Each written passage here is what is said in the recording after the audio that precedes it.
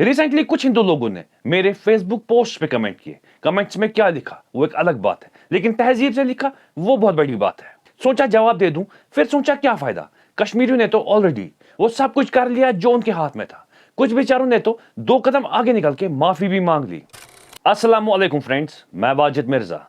देखो, एक सिंपल सी बात है, जिन लोगों ने पहलगाम में वो दरिंदगी की, क्या उन्होंने वहां पे फैमिलीज नहीं देखी, बच्चे नहीं देखे? क्या उन्होंने एक पल के लिए भी सोचा नहीं होगा कि कहीं हम गलत तो नहीं कर रहे? शायद उन्हें एक ख्याल आया भी हो, लेकिन फिर भी उन्होंने वही किया जिसके लिए वो प्रोग्राम किए गए थे। सोशल मीडिया पे भी ये नफरत और प्रोपेगेंडा फैलाने वाले लोग बिल्कुल उनके जैसे ही है। इनसे कितनी भी मोहब्बत कर लो, ये फिर भी नफरत और प्रोपेगेंडा ही फैलाएंगे, क्योंकि ये इसीलिए प्रोग्राम किए गए हैं। ये मत सोचेगा कि ये नफरत पहलगाम इंसिडेंट के बाद से शुरू हुई, नहीं, ये पहले से ही चलती आ रही है। याद रखिएगा, वो लोग जिस प्रोग्राम के लिए बनाए गए हैं वो वही करेंगे। एक बात मेरी समझ में नहीं आती कि यहाँ ये आउटरीच किस बेसिस पे डिसाइड होता है, क्योंकि मुझे याद है लास्ट ईयर 9 लोकल लेबरर्स की टारगेट किलिंग्स हुई, जिसमें हिंदू मुस्लिम दोनों टारगेट हुए।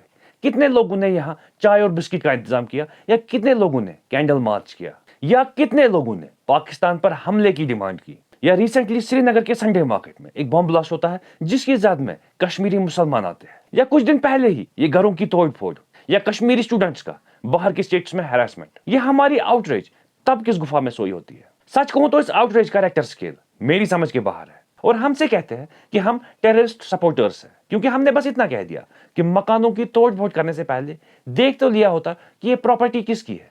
क्योंकि जो बंदा 2-3 साल पहले बंदूक उठा के घर बार सब कुछ छोड़ के निकल गया, ये तो उसकी प्रॉपर्टी होगी भी नहीं। ये प्रॉपर्टी तो उसके बाप दादा ने 30-40 साल मेहनत करके बनाई होगी, और किसी के जुर्म की सजा किसी और घर वाले को क्यों मिले? अब अगर घर ही तोड़ने हैं तो नवाज शरीफ, शाहबाज शरीफ या पाकिस्तान के आर्मी चीफ अगर तोड़ो, जिन्होंने इसी खून खराबे के पैसे से अपने महल तैयार किए हैं। वरना इतने पैसे खर्च करके रफाल जहाज खरीदने का फायदा क्या हुआ? यहां तो अब ये बात भी समझ नहीं आ रही कि कश्मीरियों ने आखिर वोट डाला किस लिए। क्योंकि मैं एक आम आदमी अगर कुछ गलत देखता हूं तो ज्यादा से ज्यादा एक पोस्ट या एक ट्वीट कर सकता हूं, लेकिन मेरा एमपी, मेरा एमएलए, वो भी वही एक ट्वीट या पोस्ट करता है।